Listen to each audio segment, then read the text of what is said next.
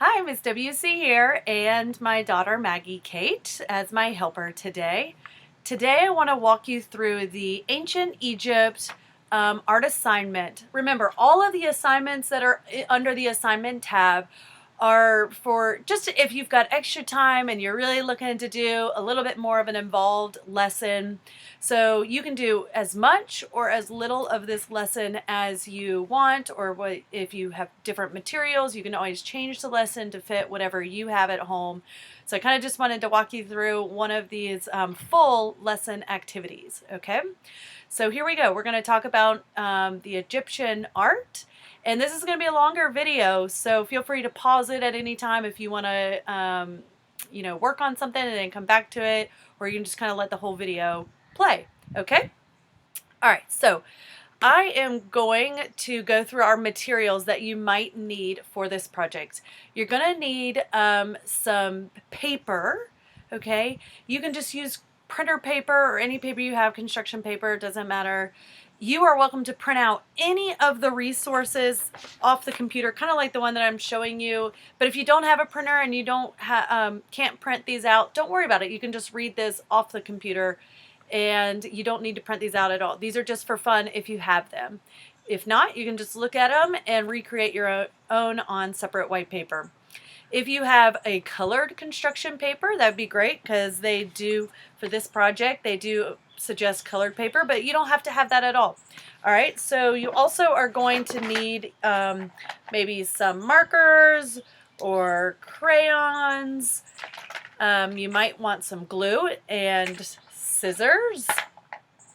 And you also, if you have the ability to look online and look up some ancient Egypt pictures and maybe even Google videos on YouTube, just type in Egypt kids and they'll have tons of kids videos for you today. Maggie Kate and I watched a couple of them today, so I know there's several. If you just Google Egypt kids and we just clicked on videos, and there was at least 5 or so in the top of the search. Okay, so I am going to read through the packet a little bit. On the packet, it talks about the teacher script. Parents or maybe even an older sibling could read this, or if you're just an older student, you're welcome to just read this part to yourself. So I'm going to read it for you, okay? So today we are going to travel over to a part of the world called Egypt. What do you already know about Egypt? I know that when the Egypt people died and the new Egypt people came, they found the Egypt people.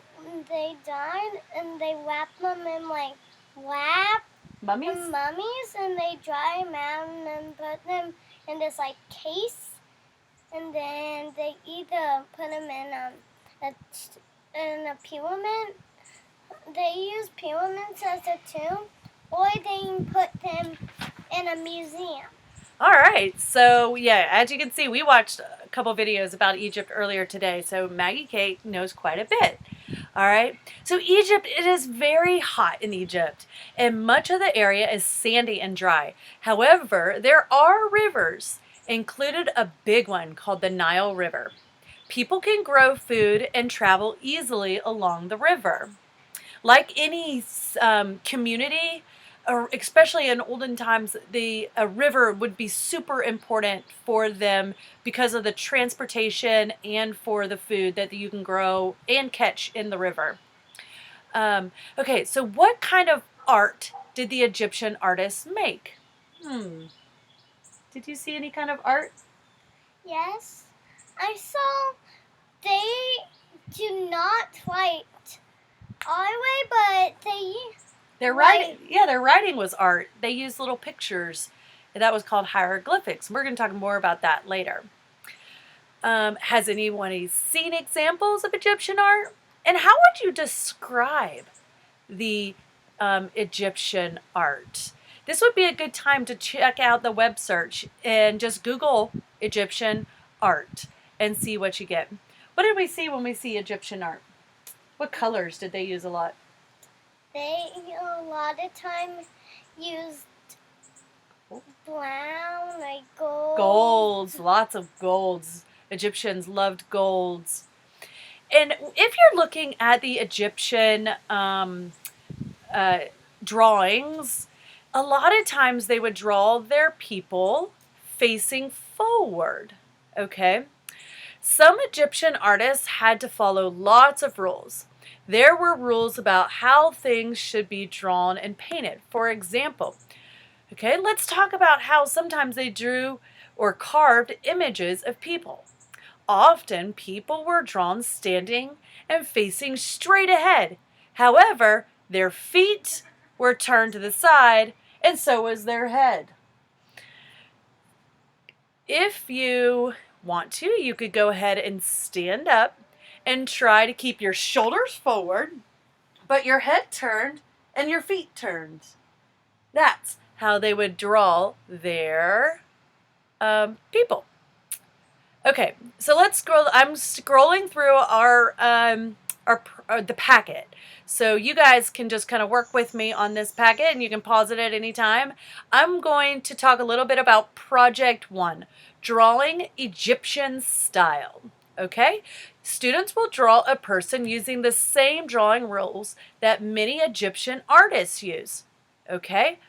Use the reflect and review page on this one. Okay, so what you are going to do is you are going to practice drawing your own Egyptian on this side, and see how on this side was already drawn in for us, and they had the body facing forward, but the head and the feet are turned. Okay, and then at the bottom we can reflect on some of these questions. Where did the Egyptian artist live? Describe the style of the people. And what does it make you think about? What do you wonder about? You could use some separate paper to draw your own Egyptian person, like the example in the packet.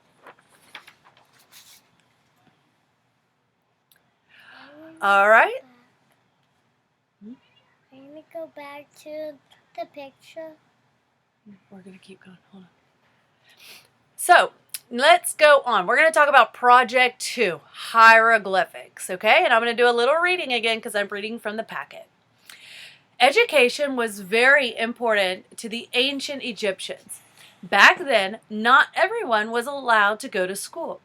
Some children had to stay and do housework or cook for the whole family. Have you ever cooked for the whole family? So when Egyptian kids got to go to school, they felt lucky and so happy. Do kids still feel lucky to go to school? Do you feel lucky to go to school? Why? I do. You feel lucky to go to school? Next year, Maggie Kate's going to come to Kate Sullivan with us as a kindergartner. One thing Egyptian children learned at school was how to write, but they did not use ABCs like we do. They had a different kind of alphabet. They used little pictures. Do you ever use little pictures? These small pictures were known as hieroglyphics. School-age children would spend much of their time copying these pictures out in different ways to create different messages. Today, we are going to try writing like they did. We are going to use hieroglyphics to write our names and also to create a secret message.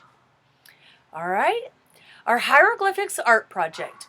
We are going to use this sheet with the simplified hieroglyphics alphabet.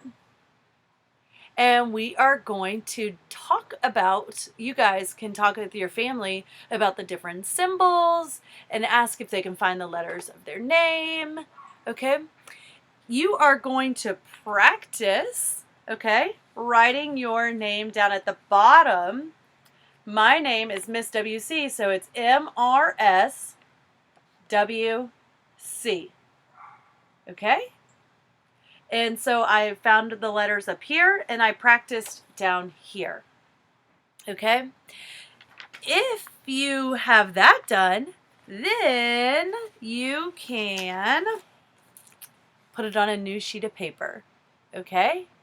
So it says Miss, period, W.C. Some of the hieroglyphics make sense, like the symbol for water is actually these waves. Interesting, huh?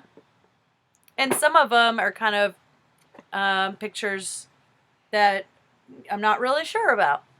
So if you have an extra piece of paper, you can put a little frame around it with your scissors and glue. And just like in the example in the packet, it said you could put different words around you. So the top of mine says art teacher. And down here it says mom, because I'm a mom. So you guys can make a little hieroglyphics with your name on it. Okay. If you want to do more, there's some extension projects for the hieroglyphics nameplates. Okay. A couple different things you could do listed under the extension projects. You could try practicing other people's names. In the packet, it talks about doing this with students in your class. Okay, but we're not at school, so maybe you could practice with people in your family. Okay, this is how you write Maggie Kate's name. It says Maggie and Kate. This is my baby son. His name is Kurt. K-U-R-T. And this is my other daughter, June, J-U-N-E. So you could practice writing the names of your family members, and you guys could play a little game with that. You could you could write them out and have everybody in your family guess what their name is. Okay. In the packet, it also on this page suggests, we're on page 11 out of the packet for the extension activities. They also suggest reading the Magic Treehouse Mummies of the Morning. Okay, that's another one that you can Google. And if you Google it and just put video, there's actually a read aloud of that one, and it's a little chapter book. Okay? All right, so another activity is that you could make a secret message. All right? So here is my secret message. If you want to pause and figure it out, you can. Here's my secret message. I'm not going to tell you what it is. All right, so on to the rest of the packet. There are more extension activities with King Tut's face. Okay, so you can print this one out if you want to work on symmetry. Remember, symmetry is when things are exactly the same on both sides. This side and this side are a mirror of each other. Okay, symmetry is really hard to get right, so make sure you're sketching with a pencil. Okay, this was mine that I got started. Even I had a hard time with this. All those lines, they're tricky. I got it started, but I didn't quite finish. Okay, remember symmetry means same on both sides. All right, some more extension activities that you could do. You could print this one out and just color it in like a normal coloring sheet. Maggie Kate made this beautiful one. Pretty good for 5 years old. And you could print out this one.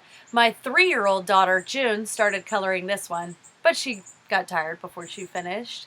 Okay, you could print this one out. There's also an Egyptian art comic. Okay, the top is a little reflection on how you felt. This is how I felt when I learned about it. And you could just kind of reflect on, how did you feel when you learned about Egypt? Was it interesting or was it boring? Okay, and then at the bottom it says, if I could meet an Egyptian artist, I would say. And what I put in mine says, what music do mummies listen to? Rap! Ha ha ha ha. That was my mummy joke. All right, at the end of our packet, there's also some word searches, and there are some, I think a couple word searches at the very end, and I think that's about it.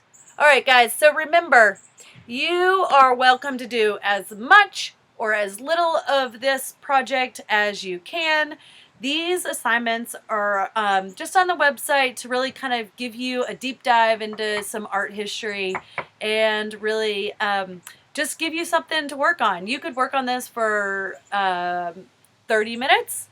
You could work on this for a couple hours, depending on how deep you wanted to really research ancient Egypt art. And again, you can print out as much of this packet as you want. The last few pages and the first page or two, you definitely don't need to print. Those were made by the teacher who made this resource packet. So you can just ignore those pages and just kind of get down to the pages that you really need, like the coloring sheets and kind of these pages. Now remember, I told you in the video about the notebooks. If you wanted to make a scrapbook about all of your work, once you have all of this printed out, if you do print it out, you don't have to print it out, but if you do print it out, you could put it all together. I hole punched it, and then I'll put it in to that art history scrapbook. And then I could, at the end of all of this time of studying at home, I would have a wonderful art history scrapbook notebook with all of this great artwork saved in it. Okay? All right. Bye, guys.